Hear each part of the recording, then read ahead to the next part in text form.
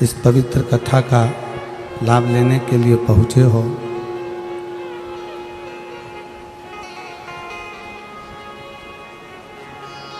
तो मेरा शंकर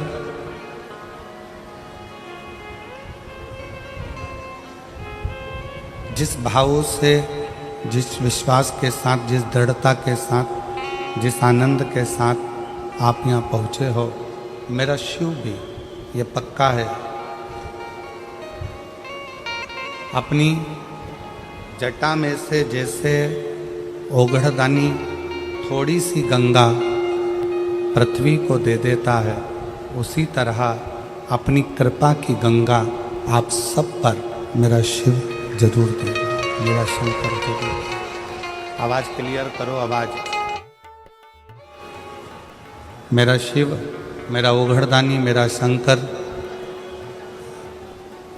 कृपा की गंगा बहाएगा, देगा जो। 5 दिन है आपके पास, हमारे पास भगवान शंकर की इस पवित्र कथा को अपने जीवन में उतारने के लिए, भगवान शंकर की कथा को अपने जीवन में लेकर जाने के लिए।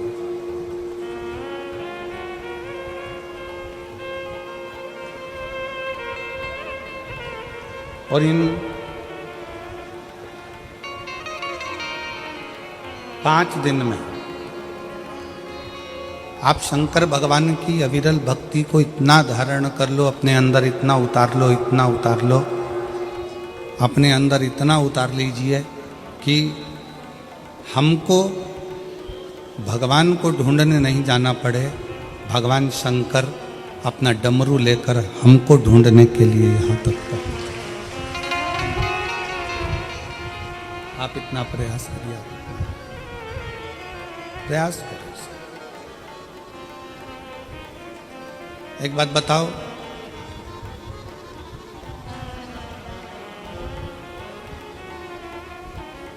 पूरी दुनिया में जितना जितना तरह का पाप होता है, पूरी दुनिया में जितने जितने तरह का क्राइम होता है, वो सारा पाप, वो सारा क्राइम लंकापति रावण की सेना में, उन राक्षसों में हुआ करता था।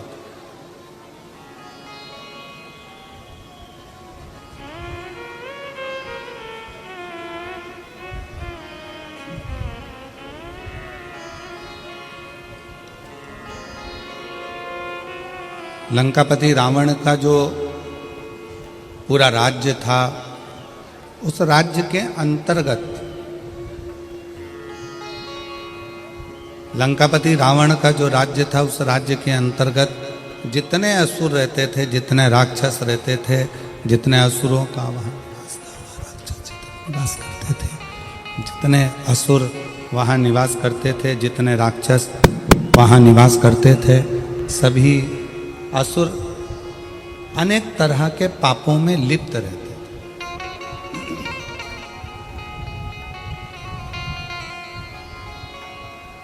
संपूर्ण पापों में वो लिप्त है, संपूर्ण पाप।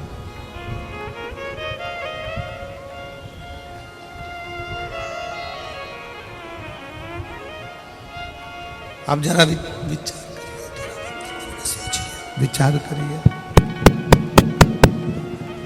शंभो शंभो शंभो शंभो शंभो शंभो शंभो शंभो। अब जरा विचार, शंभो शंभो शंभो, जरा विचार करिए। शंभो शंभो शंभो।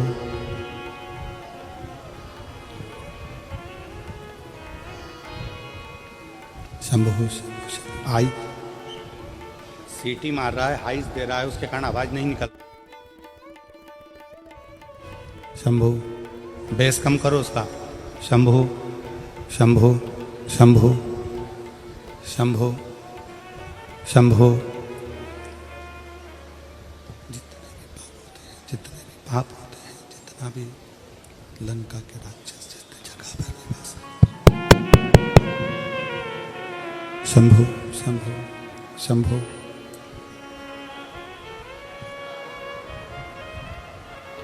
लंका के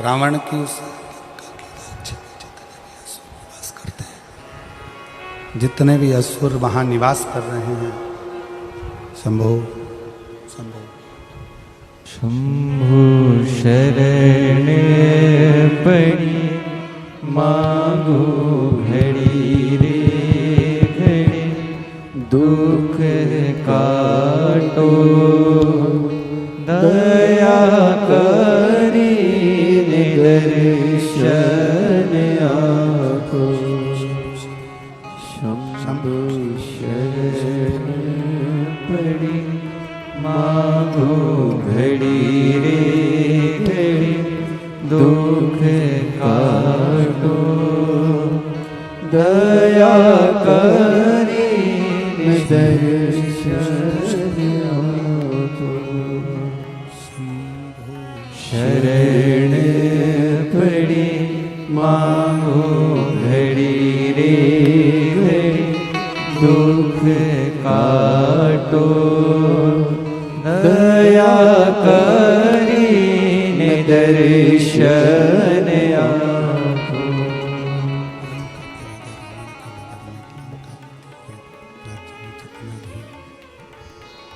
लंका के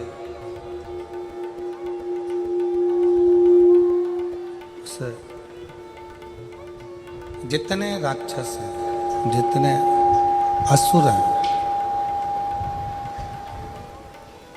जितना पाप कर रहे हैं, जितना पाप में लिप्त हैं, जितना क्राइम में लिप्त हैं, जितने पाप के अंतर्गत लगे हुए हैं,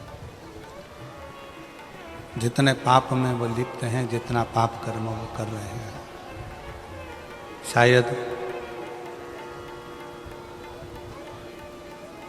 संसार में ऐसा कोई पाप नहीं है जो लंकापति रावण के उस राज्य के अंतर्गत नहीं होता। सारा पाप होता है।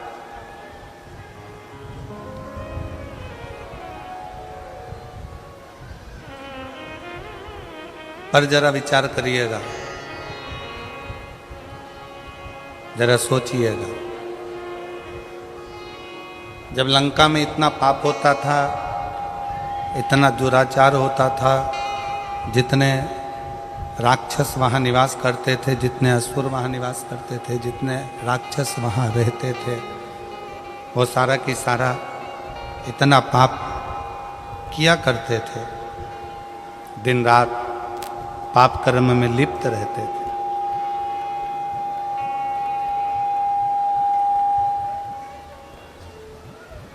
पर वो कौन सा एक पुण्य,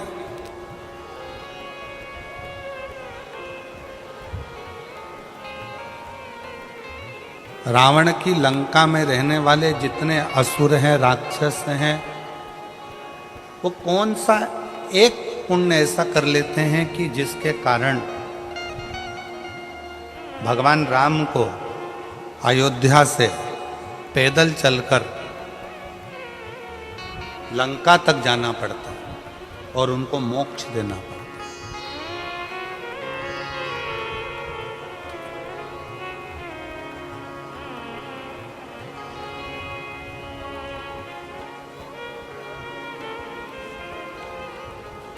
दुनिया में जितना क्राइम होता है, दुनिया में जितना पाप होता है,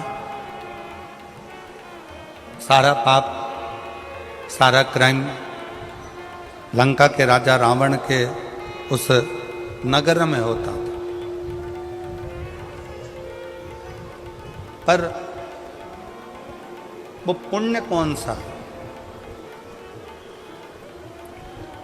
ऐसा कौन सा पुण्य है कि लंका के राजा के रावण के उस राज्य में वो पुण्य हो गया कि भगवान राम को भी अयोध्या से चलकर पैदल पैदल लंका तक जाना पड़ा, और जितने असुर हैं, जितने राक्षस हैं, उन सभी को मोक्ष देना पड़ा।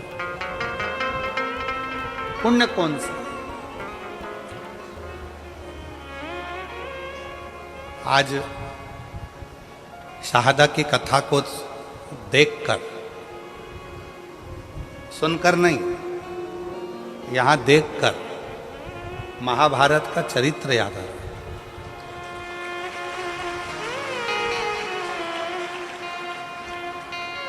कि महाभारत में एक तरफ कौरवों की सेना है, एक तरफ पांडवों की सेना है, युद्ध प्रारंभ हो रहा है, भयंकर गर्मी है, सूर्य की तीव्रता प्रचंड है, इतना तेज सूर्य तप रहा है, कौरव और पांडवों की सेना खड़ी है और चारों तरफ बहुत तेज सूर्य तप रहा है, बहुत बहुत गर्मी। बादल का एक टुकड़ा सेना में खड़े हुए एक व्यक्ति के ऊपर छांव कर रहा है। बादल का एक टुकड़ा सेना में खड़े हुए एक व्यक्ति पर छांव कर रहा है। तो भगवान कृष्ण ने अर्जुन से पूछा, अर्जुन अभी सूर्य ग्रहण गया, तूने क्या दान किया? अर्जुन ने कहा कि मैंने बहुत सारा धन, वस्त्र, आभूषण, माणिक, मोती, रतन सब दान किया। युधिष्ठिर ने कहा मैंने ये दान किया। नकुल कहता है मैंने ये दान किया। जितने सेना में लोग खड़े थे वो सब कहने लगे हमने ये दान किया, हमने वो दान किया। एक सैनिक खड़ा था, उससे पूछा कि तूने क्या दान किया? उसने कहा मेरे पास घास काटने का हसिया था, जितनी घास काटता था वो घास घोड़ों के लिए बेचता और धन मिलता, वो दान करने का मेरे पास कुछ भी नहीं था, इसलिए मैंने इस हसिये का दान कर दिया। भगवान कृष्ण ने अर्जुन से कहा, अर्जुन पूरे युद्ध के मैदान में चारों तरफ सूर्य की प्रचंड गर्मी है और इस घसियारे के ऊपर भगवान ने बादल की छांव कर रखी है, क्योंकि इसने अपनी जिंदगी का सारा पुण्य दान में दे दिया, सारा पुण्य। इसलिए आज शहादा की इस कथा को देखते हुए उस कथा का स्मरण हो रहा है कि कोई पुण्य शहादा वालों ने करा होगा तो शंकर जी भी अपनी बादल की छांव कर कर इस कथा का लाभ लेंगे। ये पुण्य है, ये पुण्य। और तेरी कृपा बिना न हिले एक भी अणु, लेते हैं श्वास तेरी कृपा से तनो तनो। बखान क्या करूं मैं राखों के ढेर का, चपटी भगोत में खजाना कुबेर का। गंगाधार मुक्ति द्वार ओमकार तू, भोले ओमकार तू। आयो शरण तिहारी शंभु तार तार तू। लंका के राज्य में जितने रहते थे वो कुछ ना कुछ गलत काम करते थे, क्राइम करते थे, पाप करते थे, बहुत गलत कृत्य करते थे। पर यदि विचार करिएगा, अपने अंदर अपने मन में एक विचार लाइएगा, एक विचार करिए कि पुण्य कौन सा था, ऐसा कौन सा पुण्य लंका के उन असुरों ने कर दिया था कि भगवान राम को अयोध्या से पैदल चलकर लंका तक जाना पड़ा।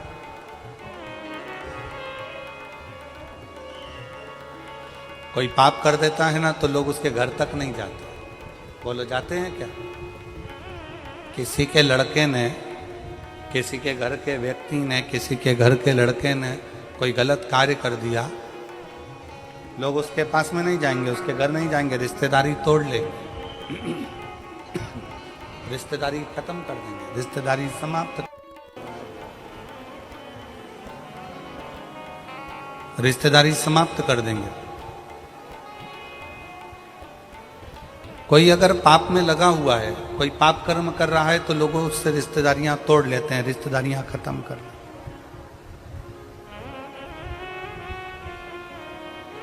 पर लंका के रावण की उस नगरी में रहने वाले जितने राक्षस हैं, जितने असुर हैं, वो सब पाप कर रहे हैं, और पाप करने के बाद भी भगवान राम अयोध्या से पैदल चलकर लंका तक जा रहे हैं। तो जरा सोचने वाला विषय है कि वो पुण्य कौन सा है।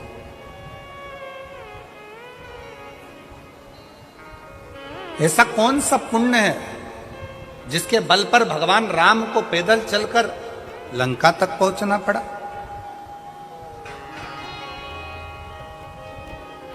ऐसा कौन सा पुण्य है जिसके बल पर भगवान राम को पैदल चलकर रावण की लंका तक पहुंचकर उन राक्षसों का संहार कर कर उनको मोक्ष देना पड़ा। विचार करना, आप और हम सारे तीर्थ में क्यों जाते हैं कि हमको मोक्ष मिल जाए। आप और हम कथा सत्संग में क्यों जाते हैं कि आप और हमको मोक्ष मिल जाए। आप और हम भगवान की भक्ति क्यों करते हैं कि आप और हमको मोक्ष मिल जाए। पूरी दुनिया में घूमते रहते हैं केवल मोक्ष को पाने के लिए, और तो भी मोक्ष हमारे करीब में नहीं आ पाता, तो भी मोक्ष हमारे पास नहीं आ पाता।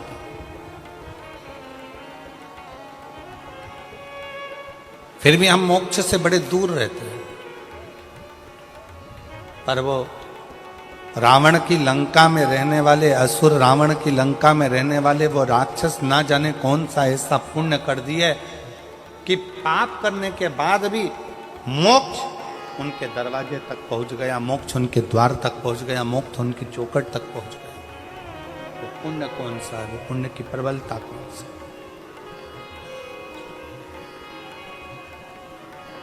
कौन सा पुण्य है।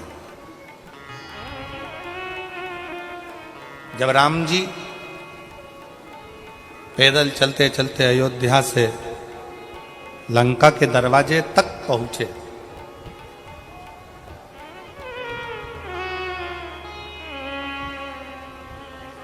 समुद्र रास्ता नहीं दे रहा,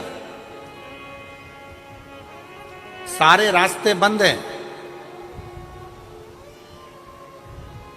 कौन रास्ता देगा, कौन बताएगा कि कैसे जाना है। शिव महापुराण की कथा कहती है, जब दुनिया के सारे रास्ते बंद होते हैं, कोई रास्ता आपको सूझता नहीं है, किसी रास्ते का पता आपको मालूम नहीं रहता, बहुत सारी जगत की उलझनों में आप जब घिरे रहते हैं, संपूर्ण उलझनों में जब आप फंसे रहते हैं, तब जैसे राम जी कोई रास्ता नजर नहीं आया तो राम जी ने बालू रेत का शिवलिंग बनाकर उसका पूजन करा, तो उनको रास्ता मिल गया कि नल नील पत्थर फेंकेंगे तो पत्थर भी तैरेंगे। उनको रास्ता मिल गया कि अब मुझे सेतु बनाकर पार उतरना है। उसी तरह जब आपकी जिंदगी में भी बहुत सारी उलझनें चल रही हों, बहुत सारा कष्ट चल रहा हो, बहुत सारी समस्याएं चल रही हो, तब एक काम करना, शंकर के मंदिर में जाकर एक लोटा जल चढ़ाना प्रारंभ करना, रास्ता खुलना प्रारंभ, रास्ता खुलने लगा।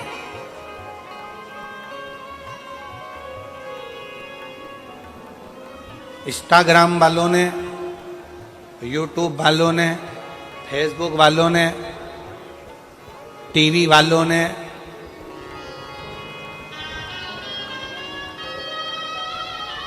जितना फेसबुक है, जितना टीवी है, जितना इंस्टाग्राम है, जितनी सोशल मीडिया है, इन्होंने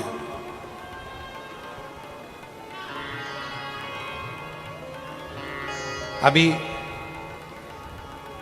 नूतन संवत्सर में, नूतन संवत्सर के पहले बहुत सारे मीडिया पर चलते रहे कि शनि लग गया, शनि लग गया, शनि लग गया। जितने जितने यहाँ कथा में बैठे हो ना, तुम सबने भी मोबाइल में देखा होगा तो देख रहे होगे, वृश्चिक पे लग गया, कुंभ पे लग गया, ढैया लग गया, 7.5 लग गया, आधे से ज्यादा तो शनि के डिप्रेशन में पड़ गए।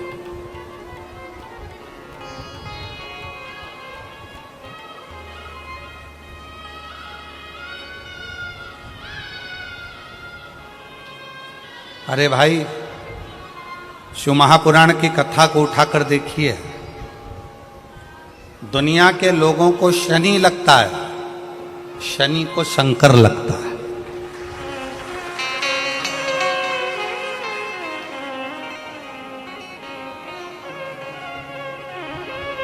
यदि आप भगवान शंकर के मंदिर में जाकर 1 लोटा जल चढ़ा रहे हो, आप भगवान शिव के मंदिर में जाकर अर्चना कर रहे हो, आराधना कर रहे हो, निवेदन कर रहे हो, एक बेलपत्र शिव की उठाकर धोकर वापिस शंकर को समर्पित कर रहे हो, शंकर भगवान का पंचाक्षर मंत्र नमः शिवाय जप रहे हो, शंकर भगवान का षडाक्षर मंत्र ओम नमः शिवाय जप रहे हो, या श्री शिवाय नमस्तुभ्यम का जाप कर रहे हो, तो ये निश्चित मानकर रखो कि आपके पीछे शनि नहीं पड़ेगा, आपके पीछे शंकर जरूर पड़ेगा।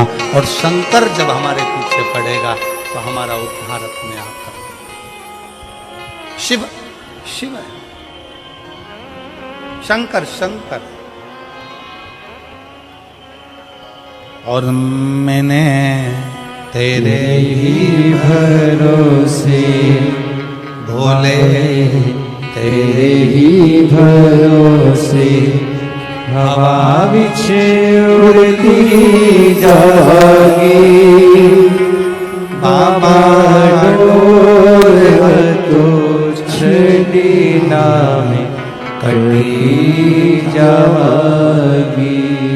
भोले मैं तेरी पतंग शंभो, मैं तेरी पतंग हवा बिच उड़ती जागी, बाबा डोर तो छड़ी नामे कटी जागी। भोले मैं तेरी पतंग शंभो, मैं तेरी पतंग। अभी सोशल मीडिया पर इस पे शनि लग गया, ढैया लग गया, 7.5 लग गया, ये हो गया, वो हो गया, वो हो गया, वो हो गया। दिन भर टेंशन, दिन भर डिप्रेशन, दिन भर चिंता, दिन भर टेंशन टेंशन टेंशन, दिन भर।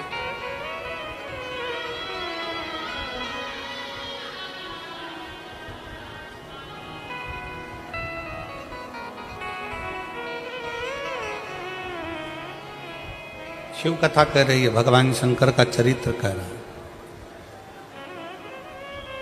कितने लोग बैठे हैं जो शंकर जी के मंदिर में 1 लोटा जल चढ़ाते हैं? जरा हाथ उठाओ, उठाओ हाथ। सब जाते हो? रखो रखो। तुम्हारी पड़ोसन भी जाती है? जम के बोलो जरा, पड़ोसन पड़ोसन। पीछे वाली धड़ोसन हो भी जाती है, ठीक है। आप जरा सोचिए, शिव महापुराण की कथा कहती है, विचार करना जरा, बहुत अच्छे से समझना हो। ये सिटी वाले तो ऐसे ही बजाते रहेंगे, इनका तो चलता रहेगा। आप लोगों का ध्यान बड़ा केंद्रित रखिए शिव पुराण की ओर। ये लोग तो सब चिल्लाते रहेंगे और कथा चलती रहेगी। इतनी दूर से जो लेने आए हो ना, वो बड़े प्रेम से ले। शिव पुराण की कथा कहती है, शंकर भगवान का चरित्र कथा है, शिव महापुराण की कथा कहती है, किसी गांव में अगर एक व्यक्ति भी शंकर भगवान को 1 लोटा जल चढ़ा रहा है, तो उस गांव के अंदर शनि की कुदृष्टि नहीं पड़ती है तो तुम्हारी तो अड़ोसन पड़ोसन और धड़ोसन भी शंकर को जल चढ़ा रहे हैं।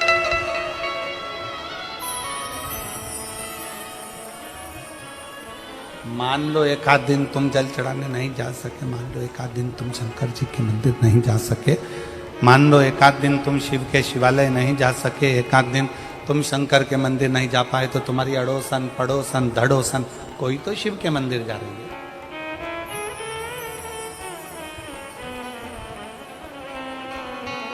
रावण की लंका में दुनिया का ऐसा कोई क्राइम नहीं था जो रावण की लंका में वहां के असुर वहां के राक्षस नहीं करते, क्योंकि राक्षस प्रवृत्ति है करते, असुर प्रवृत्ति है करते, पर उनका पुण्य कौन सा था? एक पुण्य उनका कौन सा था कि उनके पुण्य के कारण भगवान राम को अयोध्या से पैदल चलकर लंका तक जाना पड़ा।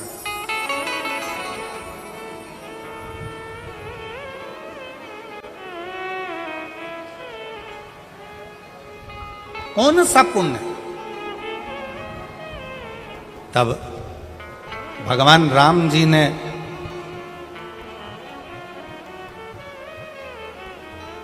स्वयं भगवान शिव जी से पूछा, मैं नारायण भगवान विष्णु राक्षसों का संहार तो मैं अयोध्या में रहकर भी कर सकता था, असुरों का संहार तो मैं अपनी अयोध्या में बैठा रहता, वहां से भी बैठे बैठे मैं असुरों का राक्षसों का संहार कर देता, असुरों को मार देता, संहार कर देता। शंकर भगवान से स्वयं राम जी पूछ रहे हैं कि मैं नारायण, मैं चाहता तो अयोध्या में बैठे बैठे सारे राक्षसों को मारकर संहार कर देता, पर मैं लंका तक क्यों आया? लंका तक पहुंचने का कारण क्या है? लंका तक आने का कारण क्या है? लंका तक पहुंचने का कारण क्या है? किस लिए? शिव जी से पूछ रहे हैं कि मेरा कौन सा पुण्य है, कौन सा पुण्य? राम जी पूछ रहे हैं कि इन लंका वासियों का कौन सा पुण्य ऐसा है कि मुझे खींचकर यहां तक लेकर आया है? ऐसा पुण्य कौन सा है? भगवान विष्णु तो जहां रहते वहीं से संहार कर सकते थे, राम जी अयोध्या से बैठकर भी संहार कर सकते थे, पर इन लंका में रहने वालों का पुण्य कौन सा है जिसके कारण मुझे लंका तक आना पड़ा, और इन राक्षसों को पाप कर्म करने वालों को तो नरक भोगना था, पर मेरे हाथ से मारकर इनको मोक्ष देना पड़ा, ऐसा पुण्य कौन सा था? शंकर भगवान ने कहा, राम, लंका में रहने वालों का एक पुण्य प्रबल था, वो पुण्य था लंका का राजा रावण शंकर भगवान की आराधना करता था, तो जिस ब्रह्म मुहूर्त में उठकर लंका का राजा रावण शंकर भगवान को एक लोटा जल चढ़ाता था, ये सारे राक्षस उस रावण को देखकर अपने अपने घर में एक एक शंकर के शिवलिंग को जल चढ़ाते थे। उसका पुण्य तुम्हें यहां तक खींच, ये पुण्य, ये सारे पाप किए, सारा बेकार कर्म किया, पर एक पुण्य बड़ा प्रबल करा कि लंका में रहने वाला एक एक असुर, एक एक राक्षस, लंका में रहने वाला एक एक असुर शंकर भगवान को एक लोटा जल चढ़ाता है, तो उसके कारण भगवान राम को, नारायण को भी पैदल चलकर लंका में जाकर असुरों को मोक्ष प्रदान करना पड़ता है, राक्षसों को मोक्ष देना पड़ता है।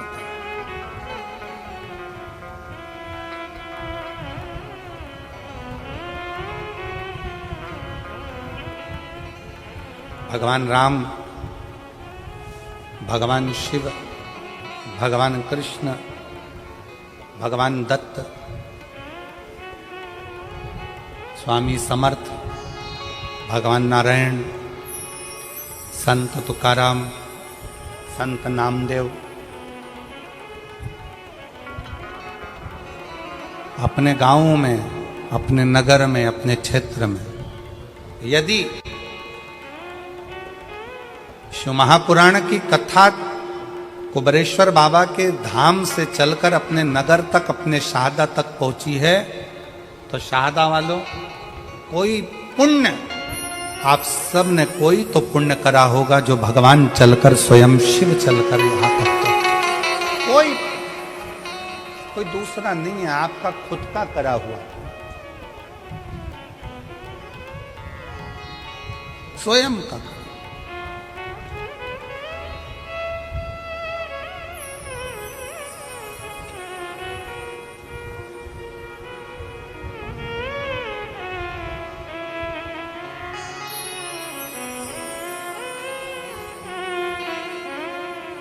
स्वयं शंकर भगवान राम जी से कहते हैं, स्वयं भगवान शिव राम जी से कहते हैं कि ये लंका वालों का एक पुण्य प्रबल है। ये लंका वालों का एक पुण्य प्रबल है कि वो शिव की आराधना में लीन रहते हैं, शंकर की आराधना में। भले पाप कर्म करते हो, पाप कर्म में लिप्त रहते हो, पाप कर्म में डूबे रहते हो, पाप कर्म करते रहते हो, परंतु उनका एक पुण्य प्रबल है शंकर को एक लोटा जल चढ़ाना।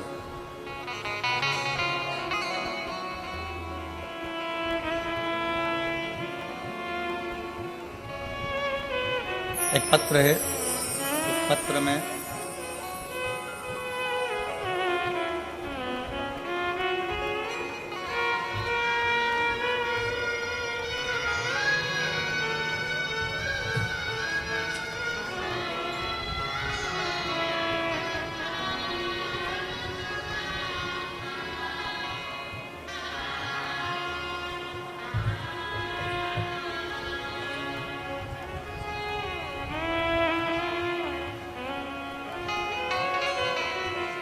मैं सो नेहा सचिन कुलकर्णी, मथुरा नगर, लोणखेड़ा, तहसील शाहदा, जिला नंदुरबार, महाराष्ट्र। मोबाइल नंबर ये, कहीं बैठी हो तो हाथ हिला सकते हैं, अगर कहीं बैठी हो। सो नेहा सचिन कुलकर्णी, मथुरा नगर, लोणखेड़ा, तहसील शाहदा, जिला नंदुरबार। मोबाइल नंबर ये, कहीं आप ही हैं, आ जाओ, एक बेलपत्र ले जाना, आ जाए। मैं माननीय विधायक महोदय श्री राजेश पांडवी जी को धन्यवाद करना चाहती हूँ कि आपने शाहदा में ये कथा का आयोजन किया, उसके लिए आपकी समिति को और आपको बहुत बहुत साधुवाद, दिल से बधाइयाँ देती हूँ। गुरुदेव, हमारे जीवन में कई समय से तकलीफें चल रही थी, मैं क्या वर्णन करूं। विधायक जी ने ये नए संवत्सर में कथा कराकर हमें 50 साल की आगे की एनर्जी प्रदान कर दी है शिव महापुराण के माध्यम से। गुरुदेव, मेरी शादी को 5 साल हो गए थे। पिछले 8 साल से मेरे पति सरकारी नौकरी की तैयारी कर रहे हैं और 5 साल ऐसे निकल गए, पर सरकारी नौकरी नहीं लगी। बहुत प्रयास किया गया, पेपर देते, 1-2 मार्क से रह जाते, पर अंतर नहीं आता। उधर मेरी ननंद के यहाँ भी शादी को 9 साल हो गए थे, लेकिन उनको कोई संतान का सुख नहीं था। अब करें तो करें क्या, सारे इलाज करवा लिए, 3 साल तक इलाज करवाने के बाद हार गए कि अब संतान का सुख नहीं है। मेरी ननंद के यहाँ 9 साल तक संतान नहीं हुई। मेरे पति को 13 साल से जॉब नहीं लगा, सरकारी नौकरी नहीं लगी। तब किसी के कहने पर, निराश होने पर, मेरी सासू माँ आस्था पर आपकी कथा श्रवण करती हैं, पशुपतिनाथ के व्रत के उपवास के बारे में बताया। तब मैंने आपका पत्र श्रवण किया और कथा में मन लगाकर कथा सुनी टीवी के सामने, और बाबा से प्रार्थना करी, यदि मेरी ननंद के यहाँ 9 साल हो गए हैं, संतान हो जाए और मेरे पति का जॉब लग जाए, सरकारी नौकरी लग जाए, तो मैं मानूं कि शिव महापुराण कुछ है। बाबा पर भरोसा कर कर मैंने पशुपतिनाथ का व्रत करना प्रारंभ कर दिया और बाबा की ऐसी कृपा, पहला व्रत तो पूर्ण हुआ, दूसरा व्रत पूर्ण हुआ, करते करते चौथा व्रत आ गया और बाबा की कृपा से मेरे बाबा ने सुन लिया। 3 महीने भी नहीं लगने दिए और 15 दिन के अंदर सूचना आ गई कि मेरी ननंद के यहाँ गर्भ ठहर गया है और 9 साल के बाद उसका गर्भ ठहर गया। गुरुदेव, उसी के कुछ ही दिन बीते थे और बाबा की फिर कृपा ऐसी हो गई कि मेरे पति को सरकारी स्कूल में नौकरी मिल गई। मैं बाबा को यहाँ धन्यवाद देने के लिए आया, मैं शिव को प्रणाम करने के लिए। आज बाबा की कृपा से मेरी ननंद के यहाँ भी संतान हो गई और मेरे पति को सरकारी नौकरी मिल गई, इसलिए मैं बाबा को यहाँ नमन करने आया। शिव तत्व किसको कहते? शंकर भगवान की अविरल भक्ति किसको कहते?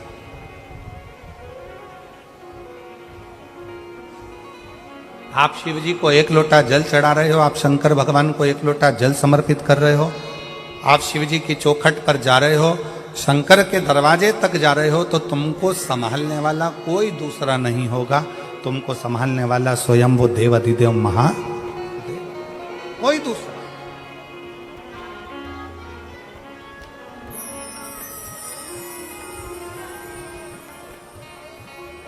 शिव कथा कह रही, भगवान शंकर का संवाद कर रहा। शंकर भगवान स्वयं राम जी से कह रहे हैं कि मैं मानता हूं कि लंका में रहने वाले असुर पाप में लिप्त हैं, लंका में रहने वाले असुर राक्षस पाप कर्म में लगे हुए हैं, पर मैं ये मानता हूं कि उन्होंने एक पुण्य बड़ा प्रबल किया है कि शिवालय में जाकर शंकर को 1 लोटा जल समर्पित करना प्रारंभ रखा शिवालय में।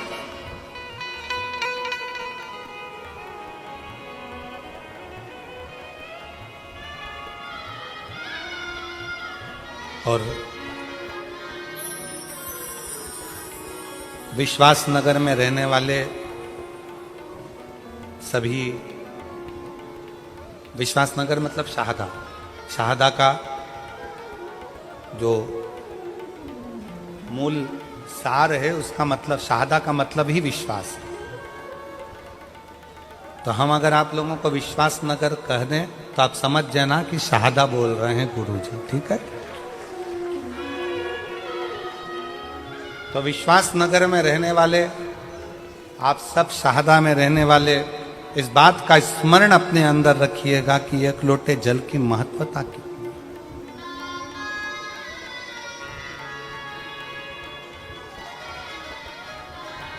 1 लोटे जल का पूर्ण भरोसा कितना है, 1 लोटे जल की महत्वता कितनी है। बस आप अगर विश्वास के साथ, भरोसे के साथ, दृढ़ता के साथ शंकर भगवान को 1 लोटा जल समर्पित कर रहे हैं, आप विश्वास के साथ, भरोसे के साथ शंकर जी की चौखट तक जा रहे हैं, शंकर के द्वारे तक जा रहे हैं, तो ये मान कर चलना कि तुम्हें परमात्मा को ढूंढने की जरूरत नहीं पड़ेगी, वो परमात्मा तुम्हें ढूंढता ढूंढता तुम्हारे दरवाजे तक तुम्हें ढूंढे।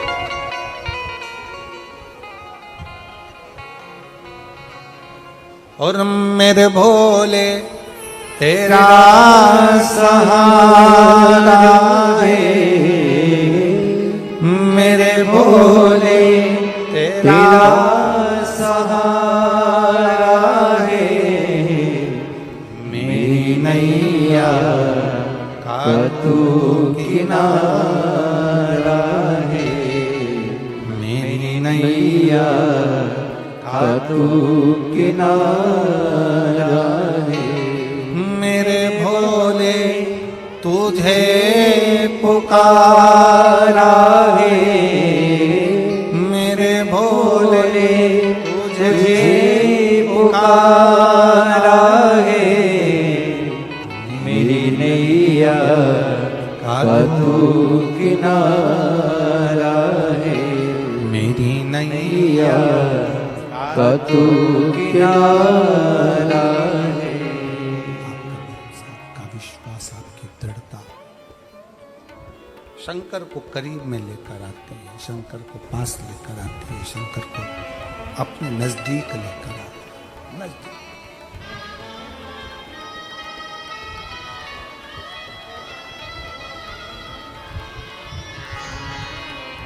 हमने पहले कथा में एक बात कही थी, आज फिर कह रहे हैं। पहले भी कथा में कही, पहले भी बोले, आज फिर कहते हैं।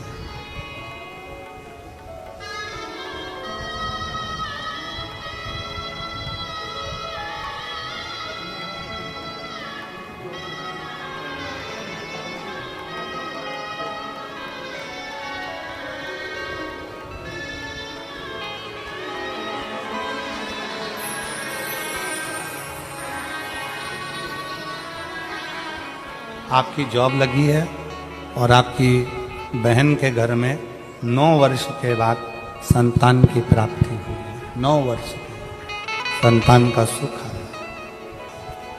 शिव कथा कह रही है।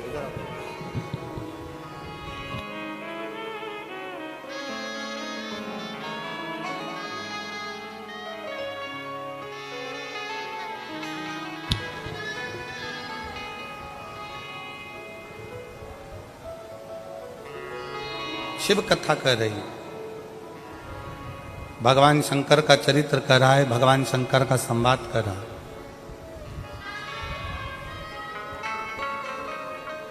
आप जितना जितना विश्वास शिव के प्रति बढ़ाते चले जाओगे, शंकर आपके नजदीक आता चले।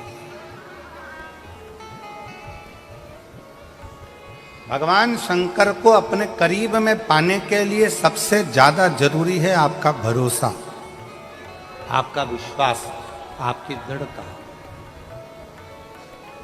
बहुत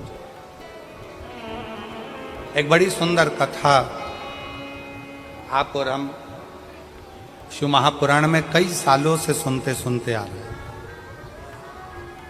देवराज नामक के ब्राह्मण की।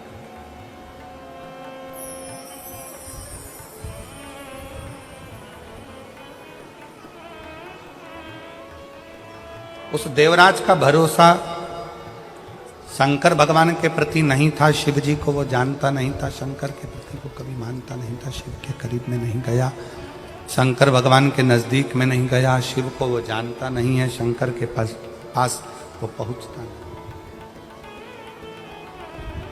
पर देवराज नाम के ब्राह्मण की जो मां है,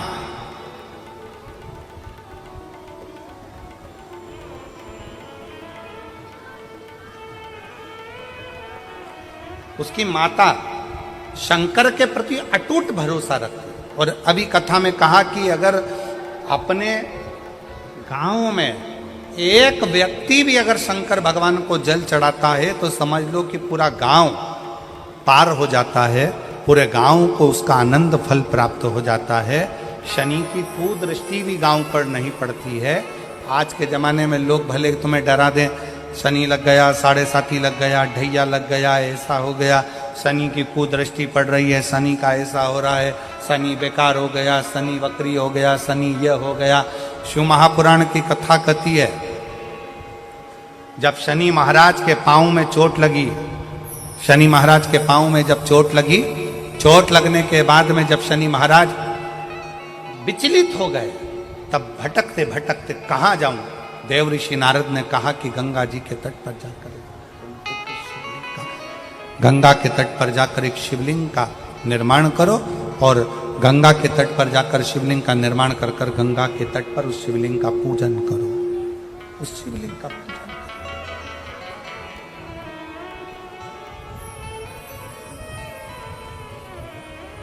शिवलिंग की आराधना शनि महाराज ने करना प्रारंभ कर दिया और फलस्वरूप शनि महाराज स्वयं शंकर के वर से हमें चाहिए, तेरे चरणों की सेवा हमें चाहिए।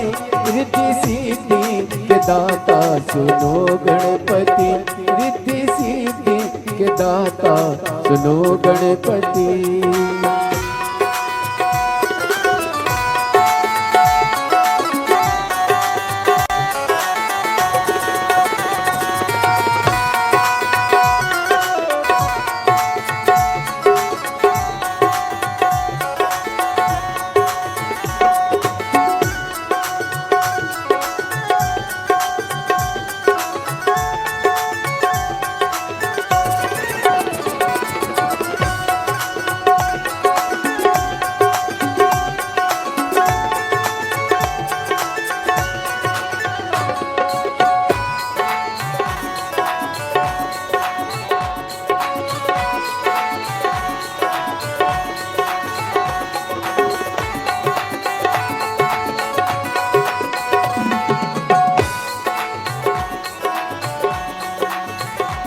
तेरी भक्ति का दिल से नशा चूर हो, तेरी भक्ति का दिल से नशा चूर हो।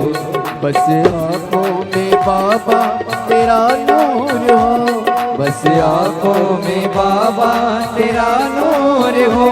तेरी भक्ति का दिल से नशा चूर हो, तेरी भक्ति का दिल से नशा चूर हो। बस आँखों में बाबा तेरा नूर हो, बस आँखों में बाबा तेरा नूर हो। कंठ पे शारदा माँ हमेशा रहे, कंठ पे शारदा माँ हमेशा रहे। रिद्धि सिद्धि कवर हमें चाहिए, कंठ पे शारदा माँ हमेशा रहे।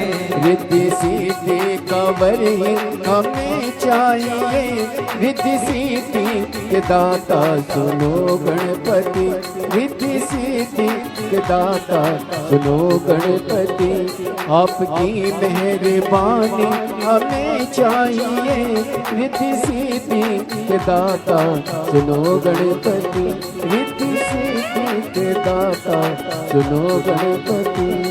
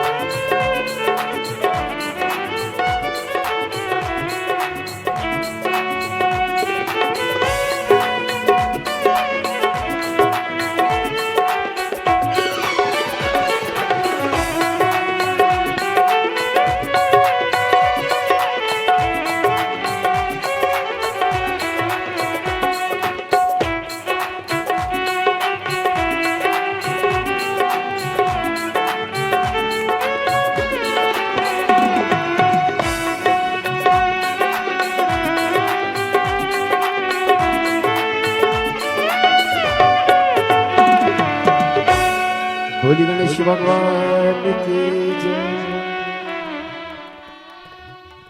जय जय से राधे। सभी भक्तों को हर हर महादेव, सादा जय श्री कृष्णा, श्री शिवाय नमस्तोभ्यम। 5 दिवसीय सुंदर शिव महापुराण की अलौकिक दिव्य कथा पंचामृत के रूप में हम सभी श्रवण करेंगे। निश्चित ही ये हम सभी का सौभाग्य है आस्था चैनल के माध्यम से, यूट्यूब फेसबुक के माध्यम से और सहादा तालोदा महाराष्ट्र की इस पावन धारा से सुंदर अलौकिक दिव्य कथा श्रवण करने का शुभ अवसर प्राप्त हुआ।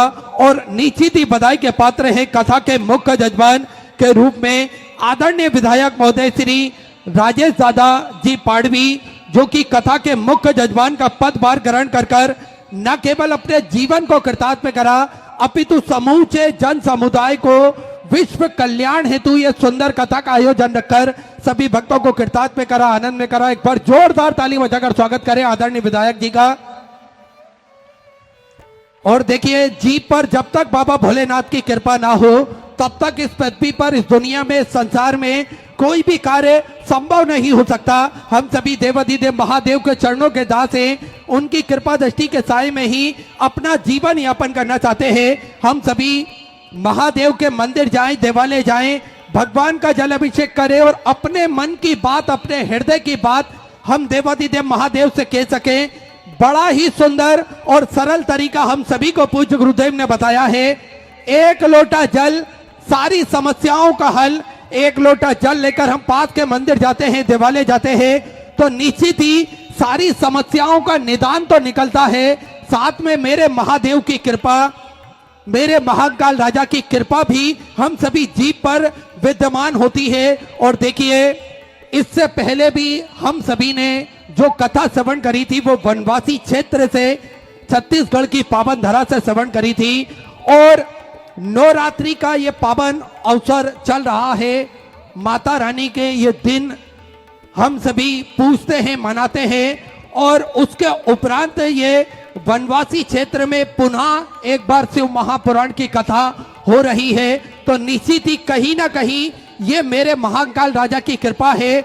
और ये उनकी कृपा के बिगैर कोई भी कार्य संभव नहीं हो सकता।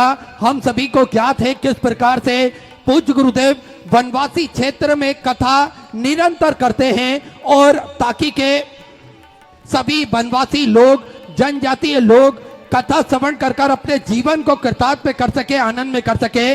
देखिए, आप सभी को पूज्य गुरुदेव ने भी बताया है और आप सभी को भी निरंतर ज्ञात है कि ये वनवासी क्षेत्रों में जो कथा होती है उसका मात्र एक उद्देश्य रहता है पूज्य गुरुदेव का, वो ये कि ये वनवासी लोग भी कथा श्रवण कर सके।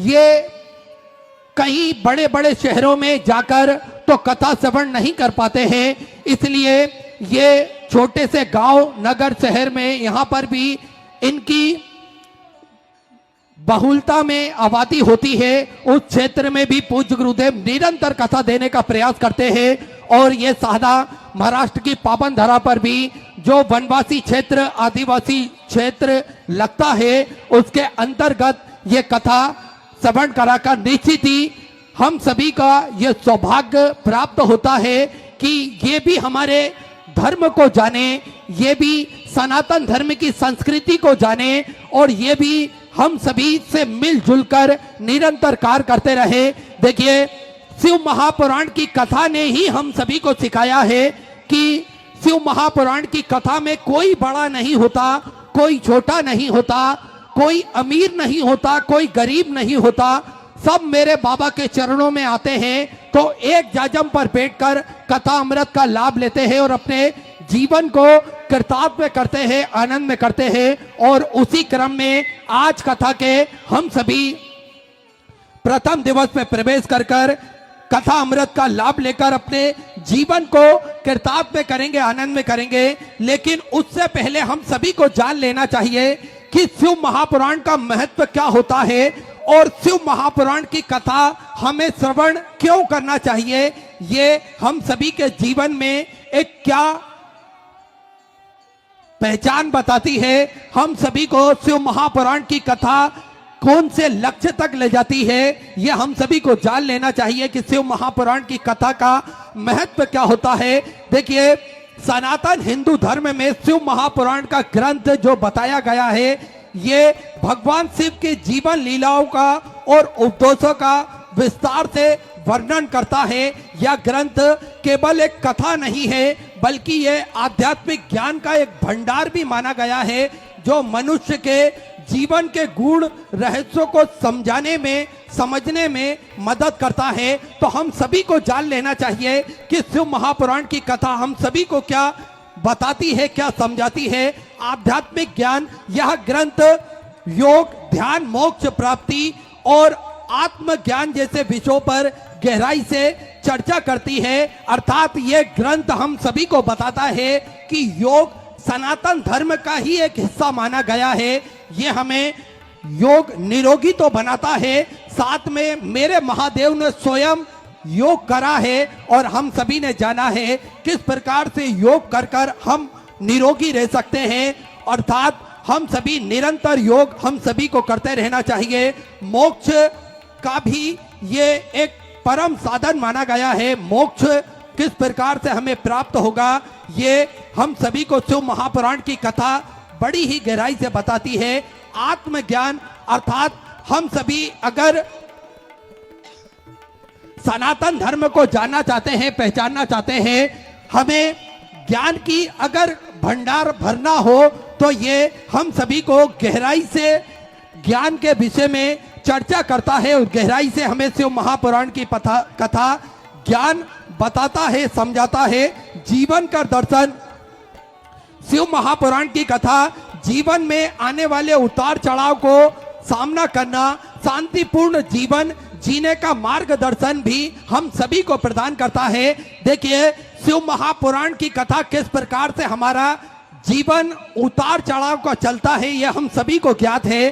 कभी सुख कभी दुख आता ही हमारे जीवन में, लेकिन इस सुख दुख से हमें किस प्रकार से सामना करना चाहिए, किस प्रकार से उतार चढ़ाव का हमें सामना शांतिपूर्ण तरीके से करना चाहिए। यह हमें एक मार्गदर्शन शिव महापुराण की कथा से प्राप्त होता है। नैतिक मूल्य या ग्रंथ सत्य, अहिंसा, दया और करुणा जैसे उच्च नैतिक मूल्यों को बढ़ावा देता है। देखिए, सत्य सनातन धर्म जो है वे हमेशा ही अहिंसा परमो धर्मा के मार्ग पर चला है।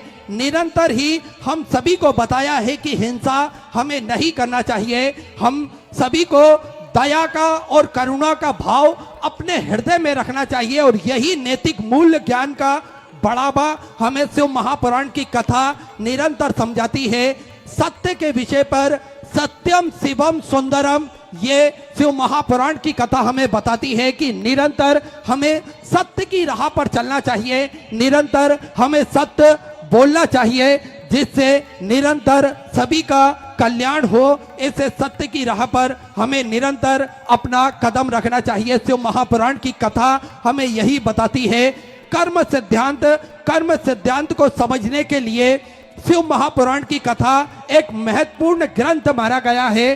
कर्म अर्थात जो हम करते हैं उसका ही फल हमें प्राप्त होता है।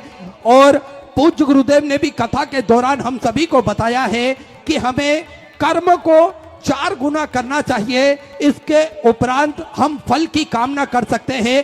अगर हमारा कोई काम नहीं बन रहा हो, हम मेहनत करते हैं, इसके बाद में भी हमारा काम नहीं बन रहा हो, तो कर्म को 4 गुना करें और महादेव के मंदिर जाना अवश्य प्रारंभ करें, तो निश्चित ही उस कर्म का फल हमें प्राप्त होगा। महादेव की कृपा हम सभी को प्राप्त होगी। शिव भक्ति या ग्रंथ भगवान शिव के प्रति हम सभी को भक्ति भाव जगाने में मदद निरंतर करता है। किस प्रकार से हमारी भक्ति भगवान शिव के चरणों में लगी रहे, भगवान के चरणों में हमारा मन लगा रहे, ये शिव महापुराण की कथा हम सभी को बताती है। मन की शांति अगर नियमित रूप से शिव महापुराण की पाठ करें या शिव महापुराण की कथा हम श्रवण करें तो निश्चित ही मन की शांति तो प्राप्त होती है, हमारा तनाव भी कम होता है।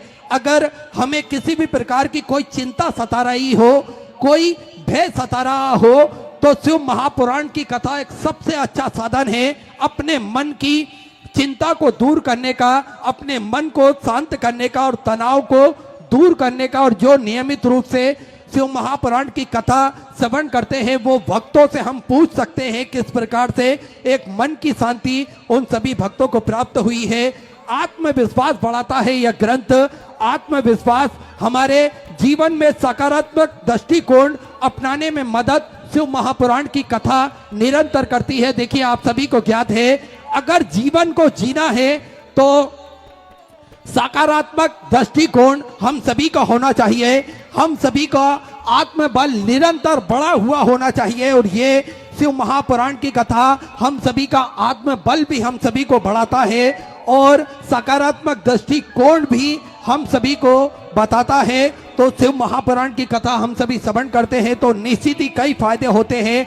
आध्यात्मिक विकास, शिव महापुराण की कथा आध्यात्मिक विकास का एक महत्वपूर्ण साधन माना गया है। किस प्रकार से हम सभी को ज्ञात है, अगर हमें आध्यात्मिक की जरूरत हो, वैसे तो जीवन में आध्यात्मिक की जरूरत सबसे ज्यादा पड़ती है, तो शिव महापुराण की कथा हम सभी को निरंतर श्रवण करते रहना चाहिए। इससे आध्यात्मिक विकास भी हमारा होता है और इसका सबसे महत्वपूर्ण साधन शिव महापुराण की कथा को माना गया है। जीवन में सफलता अगर प्राप्त करनी हो तो हम सभी को शिव महापुराण की कथा श्रवण करना चाहिए। इससे आवश्यक गुणों का विकसित करने में हमें मदद मिलती है। जीवन अगर सफलता की ओर जाना है, हमें अपना जीवन सफलता की ओर ले जाना है, तो शिव महापुराण की